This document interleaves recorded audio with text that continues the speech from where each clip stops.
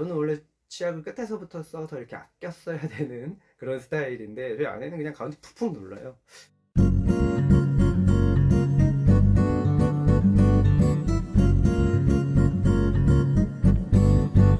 안녕하세요. 성경에서 찾은 더 크게 성공하는 법의 저자 강원 작가입니다. 오늘은 제가 가족 상담학 석사로서 목사로서 행복한 연애 그리고 행복한 결혼 생활에 대해서 말씀을 드리려고 합니다. 제가 책에서도 말씀을 드렸지만 저와 제 아내는 12살 띠동갑입니다. 자랑하는 거 아니고요. 좀 나죠. 제 아내와 제 나이 차이를 아는 분들은 이런 질문들을 많이 합니다. 12살이나 차이 나는데 어떻게 결혼하셨어요? 또 12살이나 차이 나는데 세대 차이 안 나세요? 대화가 잘 되세요? 잘 맞으세요? 뭐 이런 질문들을 많이 합니다. 12살이나 차이 나는데 어떻게 결혼했을까? 이 부분에 대해서는 제가 다음에 기회가 되면은 영상을 만들어서 말씀을 드리겠습니다.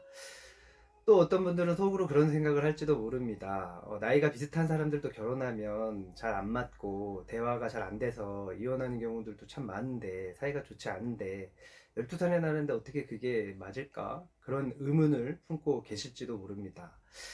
그래서 제가 사이가 좋다고 하면 어떤 분들은 신혼이니까 그렇지 그렇게 말하기도 합니다. 제가 2015년 6월 27일에 결혼을 했습니다. 벌써 만 7년이 거의 다 됐죠. 그런데도 여전히 사이가 좋습니다.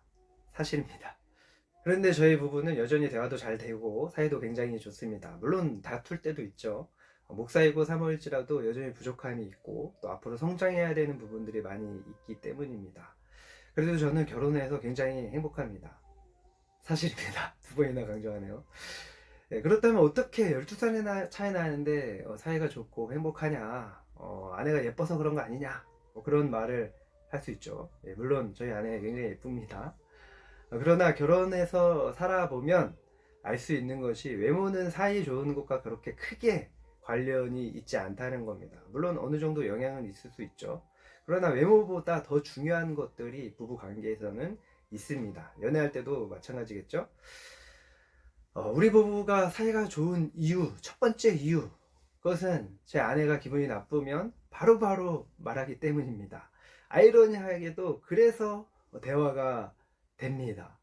제 아내는 굉장히 성격이 솔직한 편입니다. 뒤가 없어요. 얼굴로도 표시가 바로 나오고 또 기분이 나쁘면 저한테, 특히 저한테는 바로바로 말을 합니다.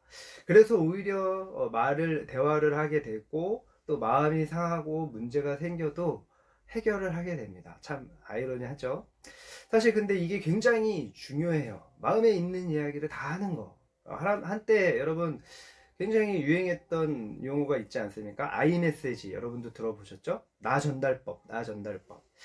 여전히 대화법과 관련해서 의사소통과 관련해서 가장 중요한 원리 중에 하나입니다. 기본 중에 기본이죠. 상대의 마음을 상하지 않으면서 내 마음과 그런 의사를 전달하는 거.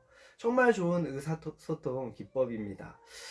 그런데 사실 그렇게 하기가 쉽지 않죠. 저도 그렇게 하려고 굉장히 많이 연습도 하고 노력을 해봤는데 사실 오글거리기도 하고 또 감정이 상하게 되면 또 그게 쉽지가 않습니다. 제 아내도 아이메시지를 하지는 않습니다.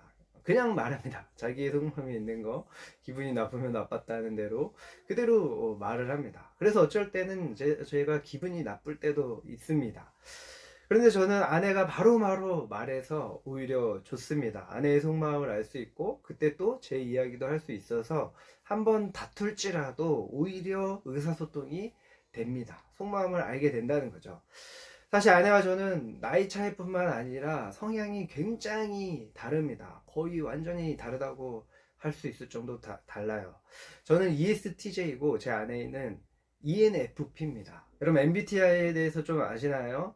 MBTI 검사를 하면 뭐 궁합에 관련된 내용들도 나오는데 저 제 아내는 이제 검사를 하면은 거의 뭐 우주 대원수, 뭐 우주에서 최악의 뭐 궁합 뭐 이런 식으로 나옵니다. 완전히 원수 같은 관계로 나오는 거죠.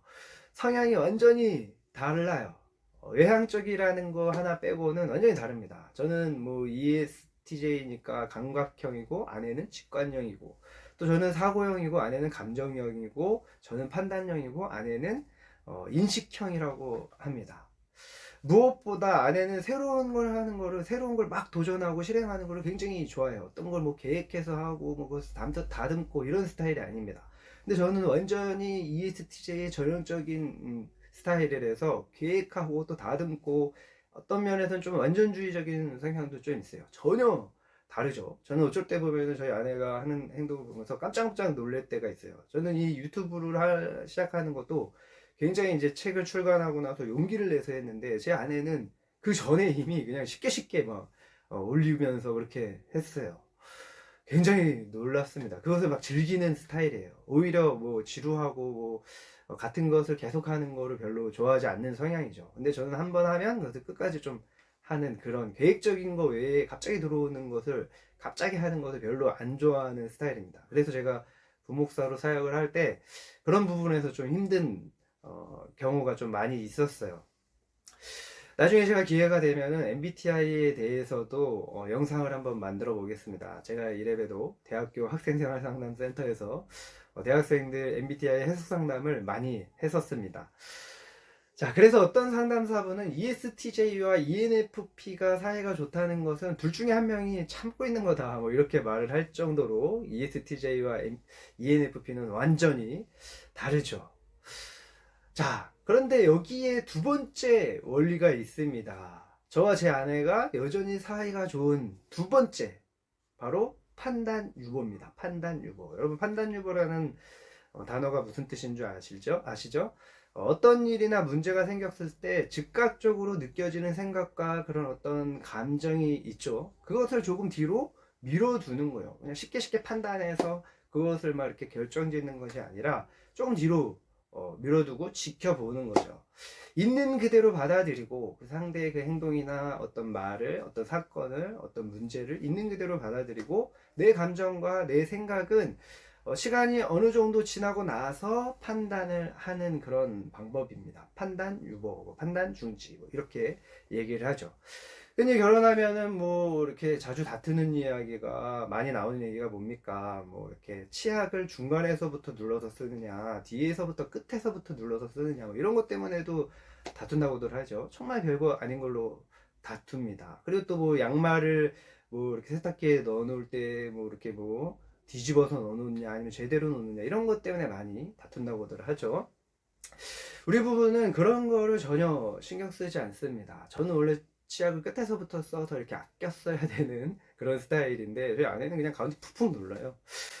그러면 이제 제가 이제 그것을 뭐 이렇게 처음에는 뭐 이렇게 잔소리도 하고 또 저도 잔소리도 듣고 그랬었는데 그것도 이야기를 했습니다. 그냥 본 사람이 하고 싶은 대로 하는 걸로. 그래서 저는 아내가 이제 중간에 막 눌러서 앞에 이렇게 꺾여 있잖아요. 그럼 제가 이제 할 때는 다시 뒤에서부터 눌러가지고 하는데 사실 그게 뭐 해보면 별로 귀찮지도 않아요. 별거 아닙니다. 양말도 그냥 뭐 이렇게 뒤집어 보면 되죠. 뭐 아내가 신었던 건데 또는 제가 신었던 건데 뭐 남편이 신었던 건데 좀 만지면 어떻습니까? 조금 귀찮기는 하지만 그렇게 크게 별 큰 일이 아닙니다. 그런 것 때문에 저희는 다투지를 않습니다. 자, 세 번째 비법 제가 알려드리겠습니다. 세 번째 비법 그것은 뭐냐? 바로 각방을 쓰는 것입니다. 좀 성경적이지는 않죠? 각방을 쓸 때가 있다는 거예요. 뭐 계속 쓴다는 게 아니라. 그래서 오히려 서로에게 스트레스를 주지를 않습니다. 자, 집이 넓어서 그런 건 아니고요.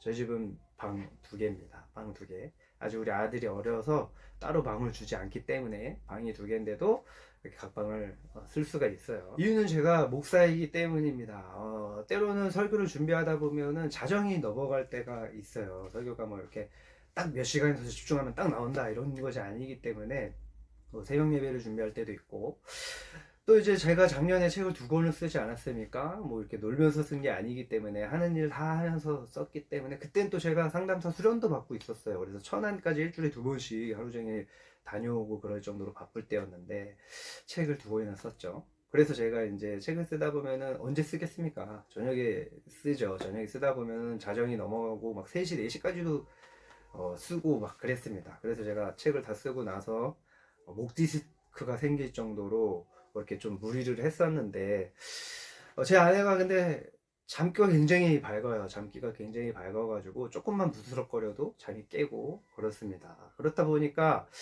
제가 늦게까지 설교 준비를 하거나 글을 쓰는 날은 작은 방에서 잔 걸로 서로 협의를 했습니다. 사실 성경적이지는 않은데 저희 부부에게는 이것이 소중하게 여기고 또 존중하는 그런 비결이 됐습니다. 이건 비법이라고 하기에는 좀 그렇죠. 아무튼 중요한 건 뭐냐, 뭐 융통성 없게 부부는 이래야 된다 이런 거보다는 각 사람에게 맞게 융통성을 두고 서로를 있는 그대로 인정하는 거, 서로가 스트레스 받지 않게 불편하지 않게 해주는 거, 소중히 여겨주는 것, 이것이 저희 부부에게는 때때로 각방을 쓰는 것이 된 거죠. 그 방법 중에 하나인 거죠.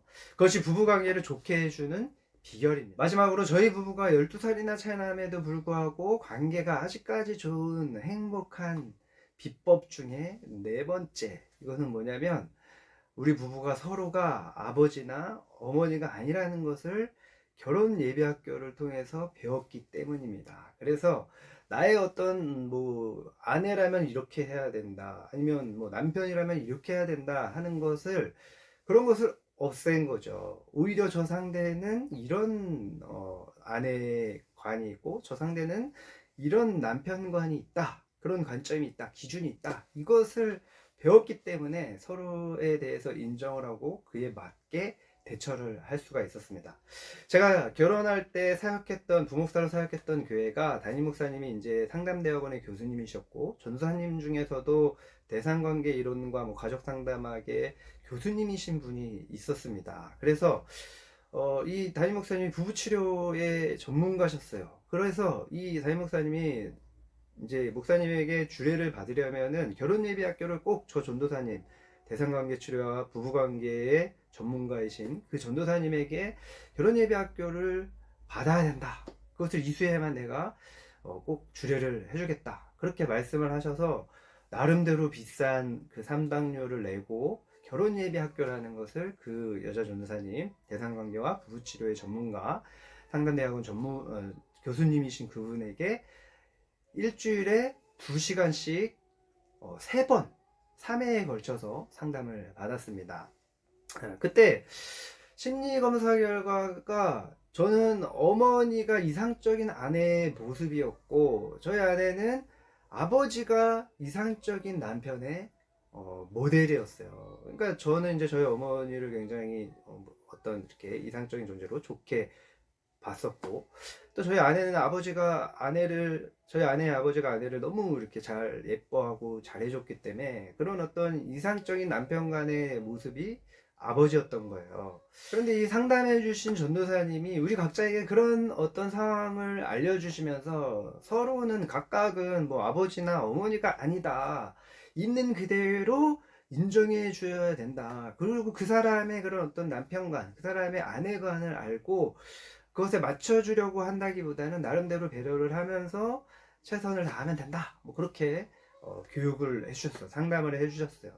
그리고 또 저희가 이렇게 다퉜을 때도 이제 각자의 그때의 기분이 어땠느냐, 그래서 어떤 감정이 들었느냐, 어떤 생각이 들었느냐 나누게 하고, 또 서로가 느꼈다는 그 생각과 감정에 대해서 마음이 어떤지에 대해서 나누고, 그러면서 이 사람은 이런 것에 되게 쉽게 기분이 나쁘구나, 이런 것에 감정이 상하는 스타일이구나, 또 이렇게 생각하는구나, 그런 것을 이해할 수 있는 시간을 가질 수가 있었습니다. 굉장히 유익했어요. 그래서 여전히 저희 부부관계에 어떤 다툼이 있거나 어려움이 생겼을 때 그때 배웠던 그 교재들, 적어놨던 것들 있잖아요. 그것을 보면서 이렇게 다시 한번 돌아보고 하면 서로 좀 이해를 하고, 막 이렇게 화가 날 때 왜 화가 납니까? 이해가 안 되니까 화가 나잖아. 왜 저러지?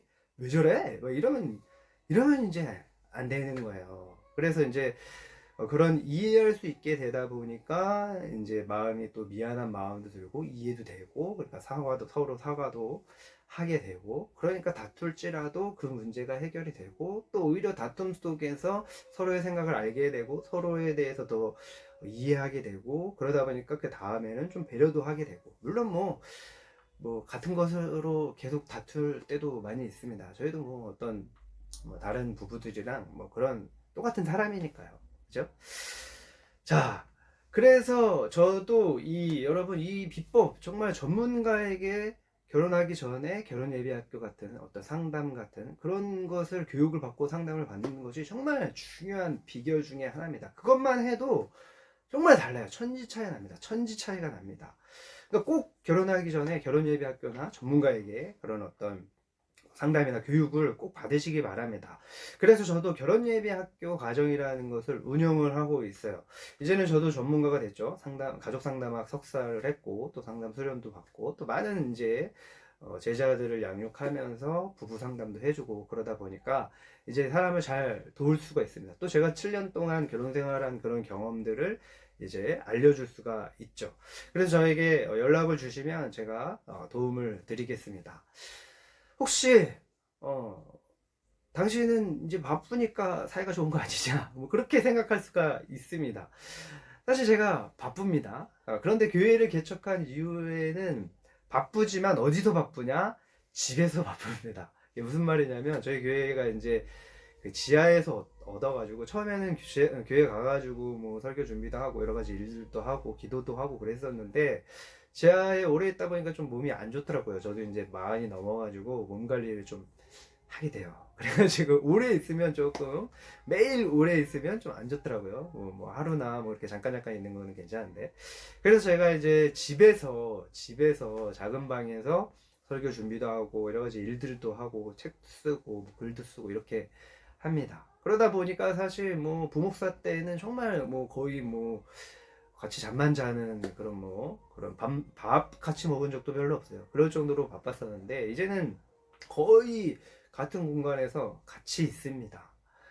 그래서 뭐 바빠서 그런 거는 아닙니다. 물론 제가 작은 방에 주로 있긴 하죠. 그렇지만 이렇게 쉴 때 잠깐 나와서라도 대화도 많이 하고 시간을 같이 많이 보내고 정말 뭐 다 봐요. 다 그냥 거의 뭐 같이 있어요.